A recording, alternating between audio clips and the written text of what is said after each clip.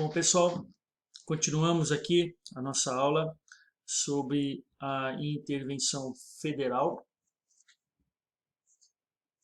e vamos diretamente para as hipóteses de intervenção, né? Também chamados pressupostos da intervenção, que estão elencados no artigo 34 da Constituição Federal.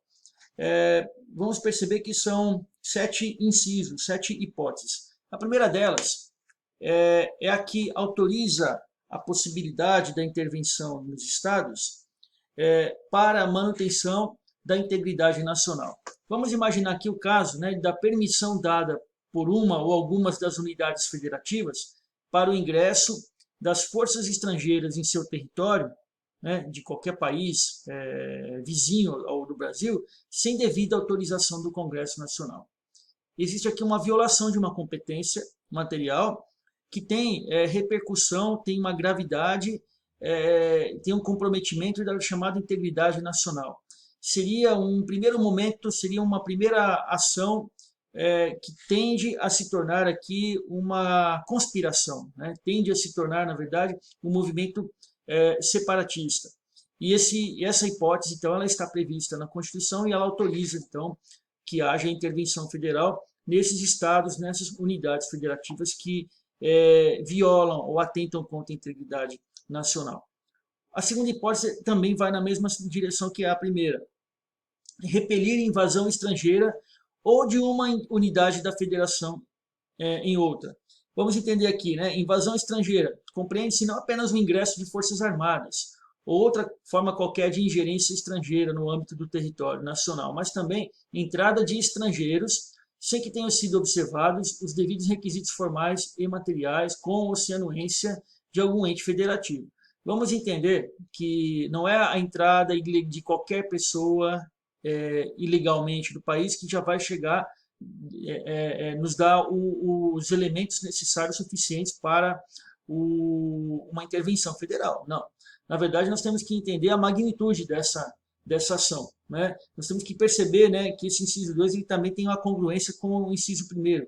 Tem que ter uma decisão suficiente, né, para ameaçar a integridade nacional. Então, a invasão estrangeira, que pode ser armada ou pode ser não armada, que pode ser de grupos, pode ser de pessoa, tem que ter um significado, tem que ter um peso, uma envergadura suficiente para comprometer a unidade federativa. E também não é somente a invasão estrangeira, há também essa possibilidade da invasão de uma unidade da federação por outra. Porque, veja, nós temos uma superposição de unidades federativas. Dentro de um mesmo território nós temos um município, esse município está inserido dentro de um Estado-membro e o Estado-membro está inserido dentro da União. Agora, entre entidades federativas do mesmo nível, por exemplo, o Estado de Minas Gerais e o Estado de Goiás, há uma exclusividade territorial. Então, o Estado de Minas Gerais, né, as forças armadas estaduais de Minas Gerais não têm autorização para adentrar em território goiano, e ali estabelecer, por exemplo, qualquer tipo de ação armada, de ação de segurança, porque estaria ali havendo, né, uma invasão de uma unidade de federação a outra. E essa seria, então, a possibilidade também prevista na Constituição para uma intervenção federal. O terceiro item, a gente deixa um pouquinho de lado a organização territorial e vai pensar no Estado na sua organização funcional. Vamos lembrar da tripartição dos poderes. E aqui a ideia é pôr termo ao grave comprometimento da ordem pública. Essa expressão é aberta, né? Grave comprometimento da ordem pública pode ser interpretado de modo a contemplar todo e qualquer distúrbio social violento, continuado, em face do qual o Estado-membro ou Estados não tenha logrado ou sequer tentado resolver o impasse de modo autônomo e eficaz. Nós vamos perceber que a intervenção, muitas vezes, ela parte da União, a iniciativa é da União. Mas muitas vezes a intervenção ela é solicitada pelo Estado, né? Esse caso, por exemplo, ele se adequa muito proximamente ao que ocorreu recentemente com o Estado do Rio de Janeiro. Havia um comprometimento da ordem pública no aspecto da segurança e houve uma intervenção, né, que envolveu apenas a Secretaria de Segurança Pública do Estado do Rio de Janeiro. E, continuando, garantir o livre exercício de qualquer dos poderes das unidades da federação. Aqui sim eu vou retomar a minha fala sobre a tripartição dos poderes. E se um dos poderes dos Estados-membros estiver sob ameaça, existe então base para a intervenção.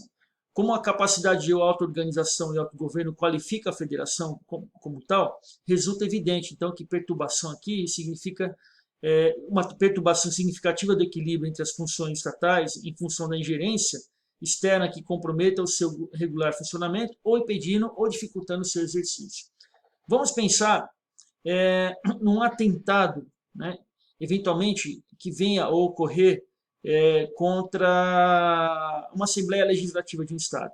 Pense em uma ação terrorista que ponha em xeque, coloque em risco, né, o poder executivo de um Estado. Pensem numa ameaça terrorista a todos os juízes, né, de um determinado Estado, comprometendo a capacidade do Poder Judiciário daquele Estado de exercer o seu poder jurisdicional. Então, quando existe, né, uma ameaça, né, ao livre exercício de um dos poderes das unidades federativas, nós temos também uma razão para a intervenção. Reorganizar as finanças das unidades da federação. E aqui nós temos duas hipóteses no inciso número 5º. Primeiro caso é suspender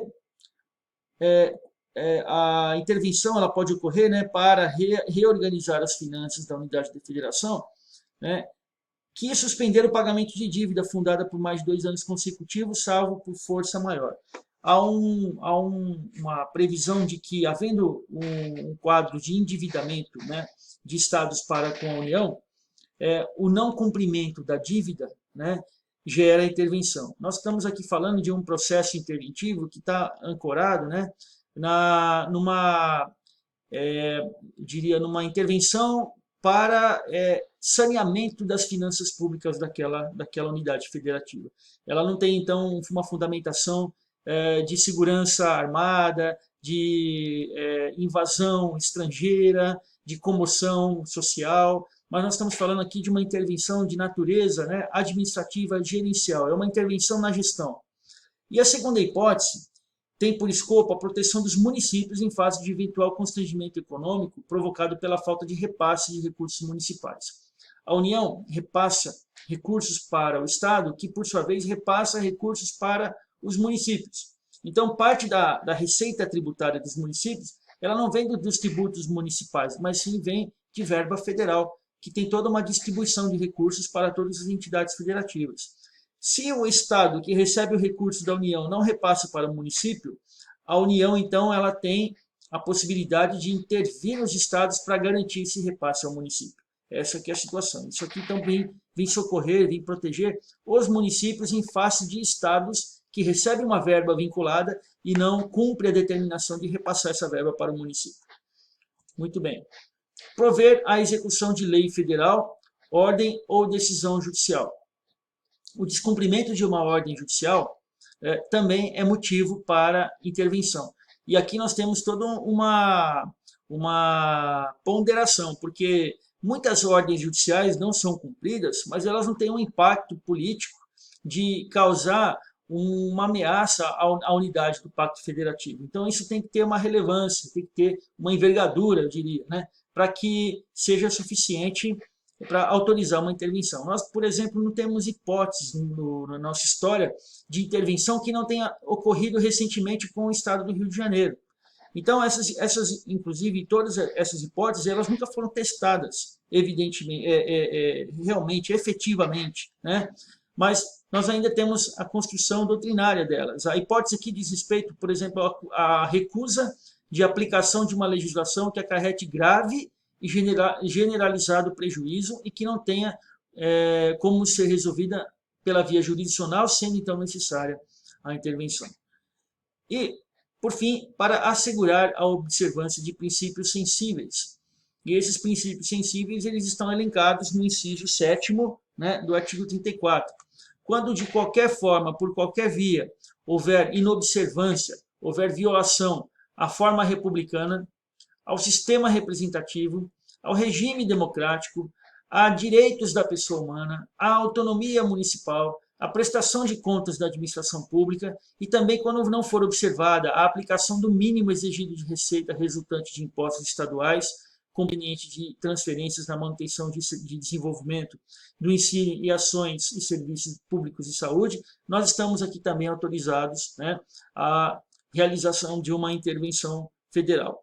Então vejam que são hipóteses extremamente abertas, amplas, e elas envolvem praticamente o escopo, né, de todas as garantias e direitos individuais e coletivos que são assegurados na Constituição, além dos próprios princípios, né, que vão estabelecer aqui forma republicana, sistema representativo, regime democrático, e um terceiro aspecto são aqueles que garantem as transferências e repasses de receitas para a manutenção de políticas educacionais e de saúde.